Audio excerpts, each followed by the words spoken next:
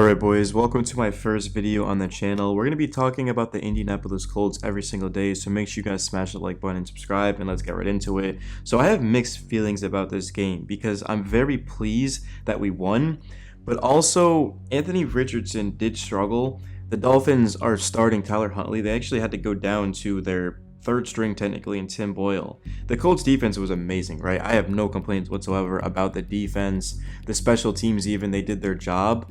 But this was just one of those games that you just had to win it. I don't really care how you win it. And again, it wasn't the prettiest offensively in terms of throwing the football. The Colts ran it exceptionally well. And that is something that I'll give Anthony Richardson credit for, because when he's out there, the Colts run game is always going to open up. You don't really get much of a run game with Joe Flacco just because he's not a threat to run the football. I mean, of course, he did have a couple of runs for us, but primarily speaking, Joe Flacco's not doing a lot of running with the ball. With Richardson, he's a weapon, and all of a sudden, you have a huge advantage because it's just straight 11 on 11 with Richardson out there, and I love that about him. I thought in the second half, Richardson got going. The first half, no, accuracy terrible, but the second half, legitimately, he started to get in a rhythm, and you can tell that Richardson, once he gets going, he can stay in there for a while. He can kind of cruise and just make the throws, and I'm just trusting the process at this point. I think we can all agree that the Colts, from a passing standpoint, are a better football team with Joe Flacco. But Richardson, in order for him to improve, he does have to get out there. He's going to have to play, and we're going to have to live with him making mistakes because he does make some crazy plays.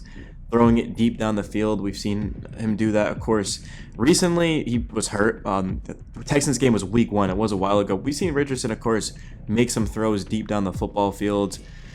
It's just the underneath, sort of the easy ones, the layups, he has a trouble missing, right? There was it was a crosser, it's technically the term. Alec Pierce was running a crosser.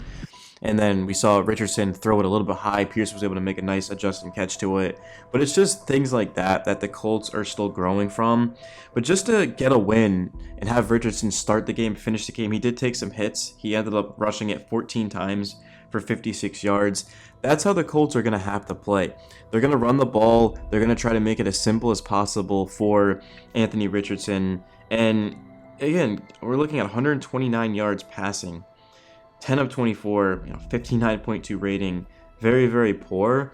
But if the Colts can just win games and play well around Richardson, defensively run the ball, they were 37 of 155, then that's going to be okay. No Jonathan Taylor. Certainly once he comes back, the Colts are going to be in a much better spot because the threat of JT forces you to stack the box, especially with Richardson, even more. And that's going to open up the passing game because with the Colts, they don't want to give Richardson 14 carries probably in a game again this season. They had to do it to win this one. But moving forward, I don't see Richardson having that many carries. It's just not sustainable. That's how injuries happen. And eventually Richardson, he's going to want to turn into a pocket passer, right? And the thing that I do like about Richardson is that he is a quarterback first and foremost. He doesn't just look to take off running the football. His eyes are always down the field. Even when he is going to run, you can tell he's just looking downfield, and if he sees a man open, he will throw it to him, overtake those rushing yards. So I'm not concerned with Richardson long term. Am I concerned with him right now if we face off against a good team? Absolutely. I don't think we can beat some of the top teams in the NFL right now with Anthony Richardson. I don't even know if a Colts fan would even disagree with that. Our defense, yeah, it was great tonight, but it's the Miami Dolphins. Miami Dolphins, guys. Our next game is at Houston against the Texans. Now, the Texans are coming off of a loss, but it was against the Green Bay Packers on the road. Can Richardson beat the Texans? In week 1, we lost by 2 points. That actually was because of the defense. In his defense, we also saw, of course, that just an overall, Richardson against the Packers, for example, right, against the Bears, some of those plays just need to be cleaned up. And I think a lot of it is just, it's going to be confidence, because you can tell that the Colts do believe in Richardson, and they have his back, whether he's playing well or he's playing poorly. And just for Shane Steichen to realize that Joe Flacco, he was playing like one of the best quarterbacks in football. Of course, Flacco goes out there, he starts against the Jags, absolutely lights them up for 359 yards. And then against the Titans, only 189 yards, but Flacco had a very good game. The Titans have a legit defense.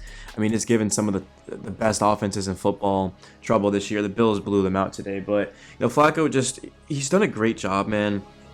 Look at it. Look at his stats: 7 touchdowns, 1 interception, 72.9 QBR, which is 4th in football. I mean, 716 yards, and I guess it wasn't technically 2 games because he did come in against the Steelers after Richardson got hurt in like the first drive. But the bottom line is that the Colts are a better football team with Joe Flacco. But Shane Steichen realizes that if I want to get to the promised land, I need my young franchise quarterback to be out there and to develop because he's on a rookie deal. So you want to try to take advantage of that. And that's the essence really of having Richardson is the Colts are going to be able to put pieces around him. And so far, they haven't really done that. We did not go on a spending spree in the offseason. We spent all of our money re-signing players, but I think we've got a good team. It's just going to come down to the defense. The defense is going to have to get better every single week. I thought it played pretty well against the Steelers and the Bears. Jags game, it was terrible. Titans, I thought it played well. Yeah, sure. It was a 3rd and long. They gave up a rushing touchdown to Tony Pollard. And then against the Dolphins, it was just about as good as it gets. So I do like where this team is heading. 4-3, not exactly where I wanted to be, but you have a winning record. You have a chance to beat the Texans, of course, in their building on Sunday, which would put you just a game behind them. And considering that the Colts started off 0-2, I mean, to have a chance to be 5-3, just a game out of the Texans, hypothetically, if they can win that, would be great. But this schedule is just absolutely brutal coming up. I mean, after the Texans, you have the Minnesota Vikings. That's going to be a game that it's going to be incredibly difficult to win. Then the Buffalo Bills, the New York Jets, who have Devontae Adams now. They have the 2nd best defense statistically in football. The Detroit Lions, I think, are the best team overall in football. At New England, that's not going to be an easy game. We know the Patriots always have given the Colts trouble, even when we played them, of course. What was it, Germany or London? I don't remember where it was, but that game was pretty damn close. And then after that, we've got Denver, who have arguably the best defense in football. Tennessee, divisional rival game. New York Giants and Jacksonville Jaguars, who certainly that's going to be a game that we're going to have to figure out a way to win that. But this is not the easiest schedule. Yes, sure, Patriots, Broncos, Titans, Giants, Jags, you should be able to win those. But we're talking about probably are the Bills a Super Bowl contender? Are the Texans a Super Bowl contender? I would say, let's just say 3 very, very high-level teams. I would say the Lions are a contender, and then the Jets just with that defense on the road. So it's going to be absolutely critical for the Colts to just continue to do what they've been doing. Don't beat yourself. Run the football. Force takeaways. That was why the Colts were able to beat the Dolphins in this one. They forced fumbles. I mean, it is pretty crazy to think that the Dolphins only threw for 149 yards, and this was a 6-point game. But they did rush 40 for 188 yards, which is 4.7 yards per carry. The Colts were at 33 for 155, which is 4.2 yards per carry. So the Dolphins actually ran the ball better than us. The difference is that they had a couple of fumbles. That was really all it came down to. We saw Raheem Mostert lose one, and we saw the fullback Alec Ingold lose one. So, I mean, this was a pretty sloppy, sluggish, ugly game. Like I said, I will take the win. I'm not complaining about winning this game, but the Colts are going to have to get better offensively if they want to have a chance, because our season can dwindle very quickly. We could be talking about 3-4 losses in a row. We'll see what happens though, man. I am excited, right? I'm always going to be excited against taking on the Houston Texans. Obviously, they've had our number.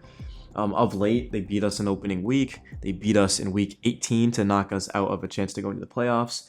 But we did beat them early on last season in Houston with Gardner Minshew. Well, Richardson, 2 drives, 2 touchdowns, and then Minshew came in. So this is a big test for AR. The Texans have one of the best defenses in football. They get after the quarterback as well as anyone. So if Richardson can go out there with confidence, hopefully JT is good to go. If I'm Jonathan Taylor, I just have to be out there in this one. I don't think we can beat the Texans without Jonathan Taylor. I mean, he is our offense. JT is our offense. If you don't believe me, go watch Week 18. But everyone believes me. So, because if you're a Colts fan, it's pretty obvious. And Jonathan Taylor, we go where he goes offensively.